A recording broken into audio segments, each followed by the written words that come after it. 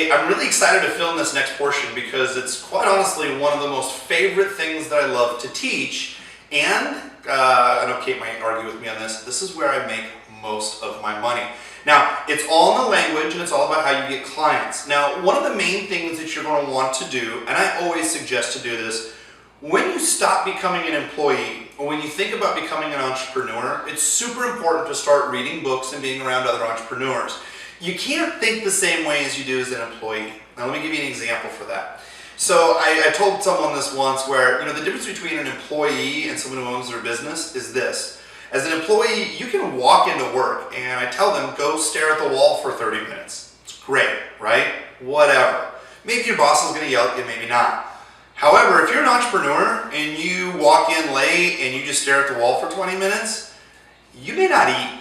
And that's just the truth of it. So you can't have the same habits that an employee has. So circle yourself around people like at Meetup, get to meet people. This is one of the best lead generation processes, is literally just being around other people and asking questions about them. So as you're starting to become an entrepreneur, one of the best things you can do for your business is literally just go shake hands with other people.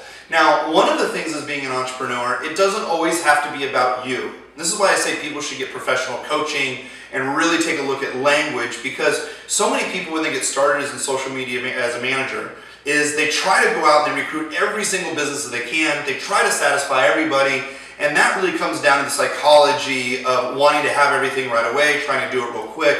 We're going to show you how to build a business based off language and a monetary exchange of value. This is going to be really important. So let's say you're looking to get your very first client, okay? One of the things I want you to realize, we're going to go through some emotional stuff here first. One of the things I want you to realize is nothing is ever true unless it's validated. And here's what I mean by that. 1 + 1 = 2. I'm pretty sure, let me see, I have a marker. I'm going to ride on this dry erase board here. I'm pretty excited about this, right? So 1 + 1 = 2, right? Now, the person who's filming this audio, well, he's had an interesting childhood, and if I was to ask him, what was it like growing up with your mom and dad, that could be a long story that would be probably really interesting, but I'm not there to validate it, no one else is either. That's based off his own experience. So this is super important to understand as we start getting into language, and then we'll get into branding. What's going to happen is when you talk to an individual, it's going to be interesting, is we're always going to look for the analytical answer, something that we can verify. Okay? Let me give you an example of this. 1 + 1 is 2, and essentially what that is it's verifiable. Now when people start speaking, what they're going to do is they're going to talk based off past events, and they're going to speak on either negative thoughts or positive thoughts. This is all about profiling the perfect customer. This is literally where you're going to make your money, qualify your customer, and build your brand. So what happens is we're going to ask a sequence of questions to a potential client. I'll show you the best client to meet in a second. We're going to ask a sequence of questions, and we're going to find out what the client actually needs. What do they actually want? They're emotionally going to be involved in the story. It could be a negative part or a positive part. But remember, this is important, that all three parts of the brain, the negative, the positive, and the analytical, it all sits and all touches the brain the same way. So when you ask your customer client questions, you're looking for, what can I verify that's 1 + 1 that's true? And a lot of the other emotions in it, just remember, it's not verifiable. So let me give you a good example. Where I like to go get my clients, that I love to go get my clients, is places that I shop and places that I frequently visit. So for example, I'm in New Jersey just this last week giving a speech, and I go into this restaurant. It's a beautiful restaurant. Like, it overlooks New York City. It's amazing. So I look at my phone because I want to share it with my friends, and I like sharing where I eat and stuff, and I go into the fan page to like it and show that I was here and check in. They don't even have a fan page. So this is somebody I know that lots of other people have probably negotiated with them overall, and they probably, sorry, when I say negotiated, there's a police siren outside. It caught my attention for a second. But what happens is a lot of these businesses ignore the social media managers when people come up with ideas, because these social media managers come up and say, oh my goodness, you know what you should be doing? You never should on anybody. That's really important, because you're going to start a conflict in the conversation. But I'm looking on my phone, they don't have a fan page. I know that I should ask for a manager and compliment on how amazing this meal is. Like, I'm going to tell him I'm going to recommend this to other people. And the last thing I'm going to ask him, it amazes me that you guys don't have a fan page. And I'm just going to see what his conversation is. If he tells me, and this is all about picking up clients, If he tells me, you know what, I had 3 or 4 other marketing firms before, I didn't like them, I hated them, oh, it was such a pain, all I wanted was money. These are emotional statements that I can't verify, but he has some issues around money and hiring other people. So this is going to be a long hill to climb when I'm profiling him as a client. And what I do many times is I just ask a sequence of questions. We're going to show you how to ask a sequence of 5 to 7 questions to find out, is this a client that I really want to work with? Okay? And I'm going to show you exactly how to do this by an acronym that I use all the time when I talk to clients, or I keep in my back of my own mind, here's the process of what's happening. Now let me write this out for you. It is one of the most important things that I can ever show you. Let me erase this here real quick. I want to make sure you really write this down. Now this will help you in relationships, this will help you in business, this will help you attract literally any client that you could ever possibly want. And honestly, as many as you want. So it's this thing that we call IBR. Now, I have clients actually do this on the phone where I say, look, I want you to take your hands, I'm from Texas, right? Or you're going to go to a concert and rock out. And what I want you to do is I want you to turn it to the side.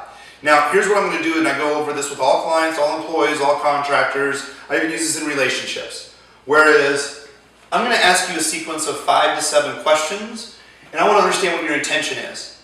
Now, a lot of people try to worry about the behavior, so I'm going to ask you questions so I understand your intention, and then I'm going to go ahead and take care of the behavior. I'm going to give you options on how I can assist you to accomplish the result. Intention, behavior, result. I'm going to ask the client, when I'm talking to him, just the manager, I'm in the restaurant, it's really busy, I'm going to qualify him to see if I qualify him for his time, or even if we should talk as a client, right? I don't need to seduce everybody right there, and quite honestly, business language is just like seduction language. You can't ask somebody the first time you meet him if you want to marry him. And that's what a lot of people do, is when my friend Jesse says they show up to a table with a spoon and fork.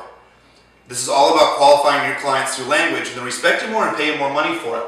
So what's going to happen is when this manager comes up to me at the restaurant, I'm going to ask him, man, this is an amazing restaurant, like I love it here, I'm already starting this process. Tell me about, this is just amazing, but you guys don't have a Facebook page. Now he's going to tell me about these past relationships that he had. Either it's negative, positive, or he'll just tell me, we haven't tried it yet. That's verifiable. They don't have a page. They haven't tried it. So I'm going to ask him, man, how long have you worked here? Are you guys busy on a Saturday night? I'm just asking him to open him up just for some additional questions. And then I'm going to ask him towards the very end, you know, I'm surprised you guys don't have a fan page. Do you guys have a fan page? And they're like, either yes or no or whatever. What's going to happen then essentially is you're grabbing that conversation, you may set up a follow-up phone call, depending on what the individual says. Because what you're basically going to do is you're going to say, okay, let's just say you had a Facebook page, Mr. Manager. What would you want the result to be? He's like, well, if someone updated it on a regular basis, no, I'll take care of the behavior. Just tell me, like, what would a fan page mean to you? Or what would it have to do to mean something to you? You're pre-selling the customer and you're asking for micro commitments and figuring out what they exactly want. They're going to tell me, you know, if I can get people to check in here on a regular basis, if I can get it shared more often on social media, that would be a huge value add. And literally, I always close up initial conversations like this. I tell you what, I have a couple of ideas. Would you mind if I sent you a very quick video to let you know of some of the ideas that I think that could help? It'd be free of charge. Can I have your email information? That's it. Because here's the thing is I don't grab his card and have him give him my card because I'm the one who pays for my mortgage. So I have to take control of if I'm interested in the place that I'm at, I'm going to build a very, very quick relationship with the manager or the owner. It could be a gym you go to. We had someone have their first $10,000 a month in one of the trainings we had because she worked out at 4 or 5 different gyms. She was a Zumba instructor and she wanted to do this on the side. So what happened is she would walk up to people and she'd say, hey, look, I noticed you don't have a place on Facebook. What would you do if you had a place? If you were set up in local directories, they tell the intention. She goes, look, I know people, because she already had trust with these individuals. She goes, I know people, they can get you everything that you want. If I gave you a price, would you be interested in everything that you told me that you wanted? Would you be interested if I could deliver that result? Which made $10,000 in just a couple of months. Actually, it wasn't even a couple of months, it was a couple of weeks when she started with us. So really important, here's how this works. You want to start going to places that you frequently visit, that you enjoy, that you can look on your cell phone and literally qualify Do they have a fan page? What happens when I basically just Google them? What sites show up, right? The second thing is, if you're passionate about their business, find out why the business owner got in business. What was their intention when they got into business? People will dream of why they got into business, and they'll start telling you, and they love talking about their individual business. So ask them, why did you get into business? Man, that's amazing. I'm an entrepreneur. You don't have to tell them what you do. I'm an entrepreneur. What do you do? Make it all about them. You're going to clearly understand the intention. And what can happen is we tell clients all the time, like let's say I go back into this ice cream shop for the third time, I'll say, you know what? Man, I love how you got into business. I love that you like to create amazing ice cream. You know, I got a couple ideas. I can send you a quick video, but I can either do this for you, I can literally train your staff on how to do it, or I can record a couple of videos for you and you can do it on your own. But man, I'd love to help you out. I'd love to get more customers in your business because I think you deserve it because you have amazing ice cream. This is a lot different than walking up and saying, hey man, look, you don't have a fan page. You know what you should do? You should do this. You should get on this. You should do this. Now you use all this technical jargon. People don't care about that. People only care about their dreams, which is their intention. And when you really listen carefully, the negative, positive, and the analytical, right? When people start dreaming, they buy the dream. They don't buy how often you update Facebook.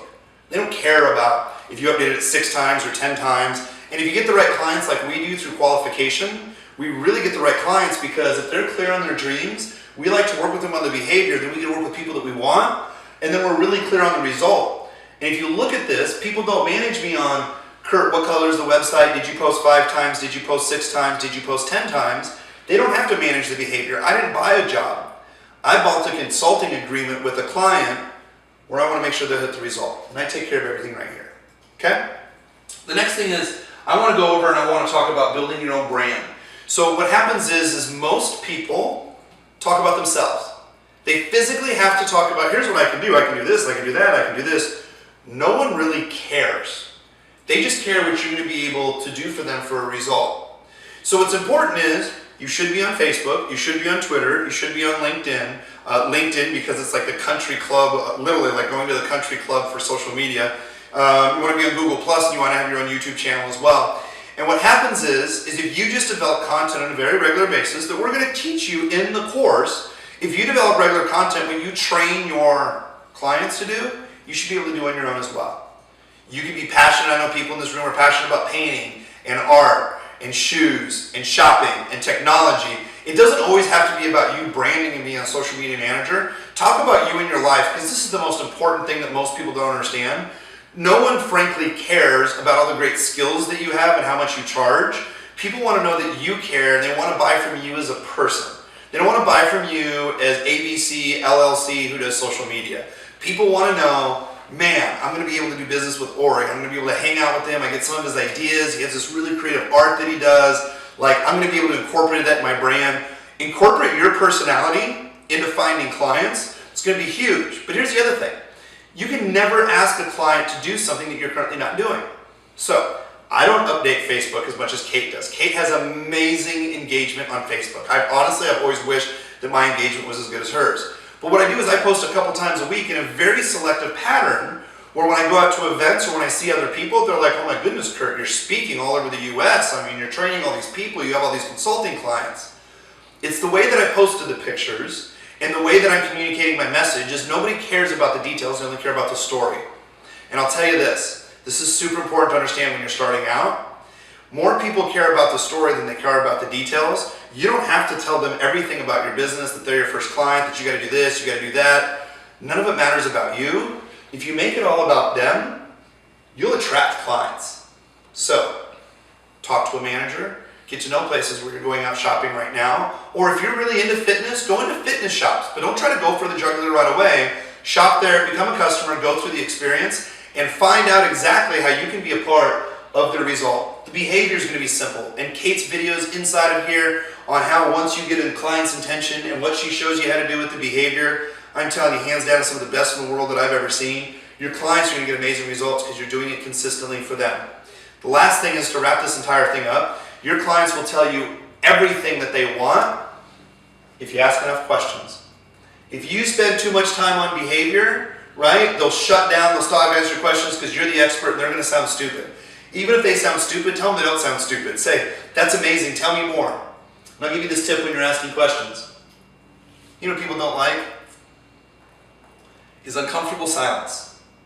So when you ask a client about their dreams, their aspirations, what they want to do, pause uncomfortably and count to 3 to 5 seconds. They'll give you more information what they want. And they'll tell you everything, and you'll learn how to create the behavior from what Kate and I'm going to teach you inside the program, and you'll deliver results.